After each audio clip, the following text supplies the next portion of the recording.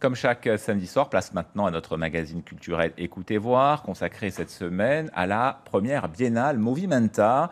Première, c'est donc tout nouveau et ça se passe à Nice. Et ce nouvel événement appelé à se renouveler s'intéresse à l'image en mouvement. C'est un Écoutez voir préparé et présenté cette semaine par Olivier Chartier-Delègue. Et on en parlera avec lui juste après. Écoutez voir, c'est donc tout de suite.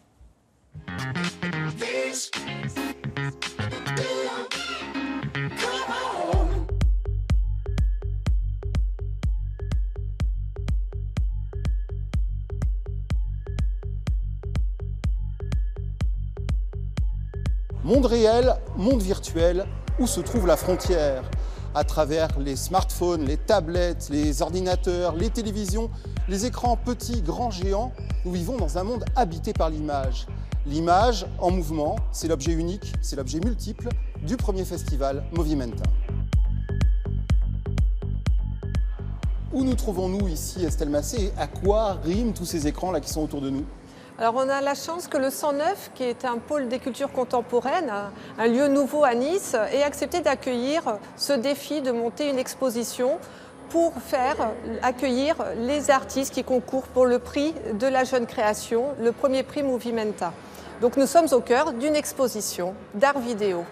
Alors cette exposition, elle s'appelle Habiter les territoires, c'est ça? Tout à fait, parce que même si chaque artiste a son propre parcours et concourt tous pour le prix, il fallait faire aussi exposition pour qu'il y ait une unité parmi toutes ces propositions qui sont très éclectiques. C'est l'idée d'habiter des territoires qui, du coup, parle autant de la question du territoire de l'image vidéo que du territoire que l'on habite et comment habiter. C'est aussi les questions un peu transversales que posent tous les artistes. Dans le festival Movimenta, il y a les artistes bien sûr, mais il y a aussi les ingénieurs, ces gens qui inventent des images nouvelles ou de nouvelles façons de regarder les images. Ça a l'air compliqué comme ça, mais vous allez tout comprendre.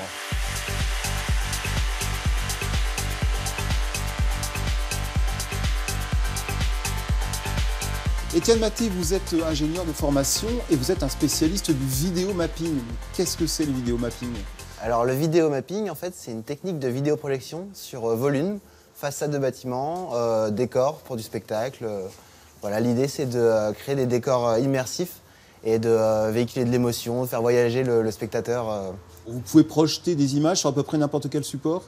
Alors aujourd'hui, les utilisations de EVM, c'est plutôt sur des décors géométriques, comme on peut voir par exemple sur les triangles derrière moi. On peut projeter sur des choses plus organiques, par exemple des plantes, sur des courbes, voilà, on peut projeter sur des corps, enfin tout est possible. Mais... C'est une petite démonstration, okay. Ça va peut-être plus simple, montrez-nous. Alors je vous montre, en fait le processus de création, donc on va partir plutôt sur, hop, là, des triangles très simples.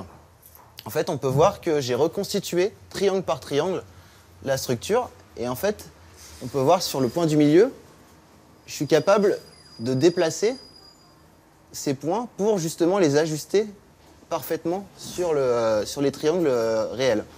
Et ensuite, une fois que j'ai reconstitué triangle par triangle ma structure, je vais pouvoir déclencher des animations. Hop. Et en fait, c'est le logiciel qui va générer automatiquement ces visuels. Marianne Roméo, c'est la première édition du festival Movimenta.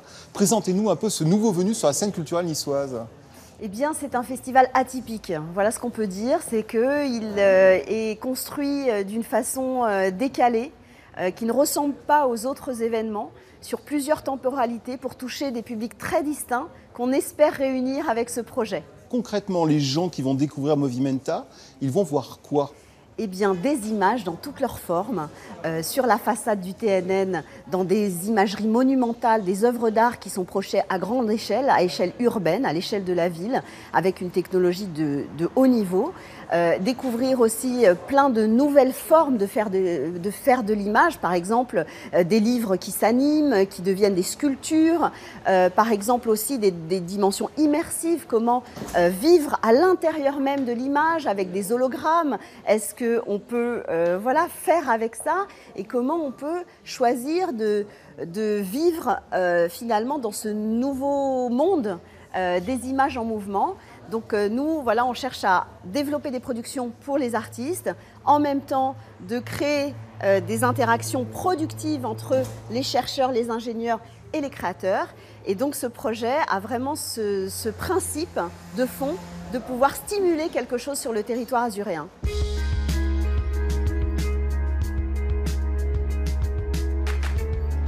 En fait, ça part d'une superposition de beaucoup de temporalités photographiques. On a photographié un même point de vue, un même lieu, la ville de Beyrouth, qui est notre ville, chaque fois en essayant de capturer différentes temporalités, en utilisant des vitesses d'obturation différentes et qu'on a accumulées et superposées comme des effets de calque, avec même des vidéos. Et petit à petit, on passe d'un calque à un autre, il y en a à peu près une cinquantaine, où on va passer d'une temporalité à une autre. Khalil Jorrej, vous êtes à la fois cinéaste, vidéaste, plasticien, vous organisez des performances, des installations. Est-ce que c'est ça être un artiste au XXIe siècle, c'est-à-dire être un homme orchestre, un artiste multimédia? En tout cas, c'est comme ça que nous, on se voit plus comme des chercheurs, c'est-à-dire qu'il y a tout d'un coup quelque chose qui nous concerne dans tous les sens du terme et qui va nous pousser à réfléchir. On ne connaît pas la forme a priori, c'est presque le matériau lui-même qui va nous pousser à travailler aussi bien dans une forme qu'une autre, d'une forme vers une autre, et donc on se sent beaucoup plus libre. C'est peut-être ça, c'est d'avoir l'impression qu'on peut inventer les conditions de production de notre travail. Movimenta, c'est un festival éclaté en une vingtaine de lieux différents. C'est riche, c'est passionnant, mais on peut s'y perdre. Dans ce cas, pas de panique, vous téléchargez l'appli Movimenta sur votre smartphone, vous cliquez sur la bonne icône, et là, évidemment, c'est l'image qui vous guidera.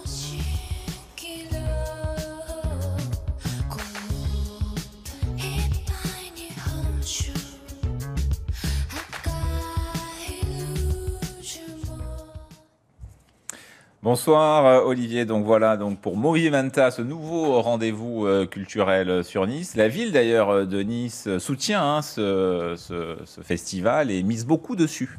Ouais, Olivier, il faut dire déjà que d'une manière générale, pour sa première édition, Movimenta n'a eu aucune peine à trouver de nombreux partenaires publics comme privés. Maintenant, concernant Nice, il ne nous a pas échappé que depuis plusieurs années, Nice développe sa communication autour de Nice, la ville numérique, Nice, la ville connectée, la Smart City, comme on dit en bon français. Alors pour Nice, Movimenta, qui explore ce thème très porteur, très actuel des images et de la technologie de l'image, eh bien c'est une vitrine de prestige. Ça permet d'exister sur la carte des métropoles culturelles qui comptent, et c'est un enjeu important pour la ville. Mais c'est pas un événement un peu trop pélitiste? Est-ce que vous pensez qu'il est quand même promis à un bel avenir, ce Movimenta? Écoutez, c'est tout le mal qu'on lui souhaite, mais maintenant, ce qu'on peut dire, c'est que Movimenta, ça répond à un vrai intérêt. Les nouvelles images, les nouvelles technologies de l'image, c'est un vrai sujet. Maintenant, mon sentiment que je vous fais partager, c'est que Movimenta gagnerait à clarifier sa programmation, parce qu'à force de vouloir tout dire, de vouloir tout montrer, le risque, c'est que le public décroche et qu'il ne se retrouve plus devant une offre un peu trop foisonnante. Or, l'adhésion du public, c'est essentiel pour le succès d'un événement comme Movimenta. Alors, Movimenta, c'est une biennale, ça veut dire que les organisateurs ont encore 2 ans pour préparer une copie peut-être un tout petit peu plus lisible. Merci Olivier. Pour s'y retrouver, on peut retrouver, écouter, voir sur notre site internet. Et Movimenta a aussi bien sûr un site internet sur lequel il y a tout le programme.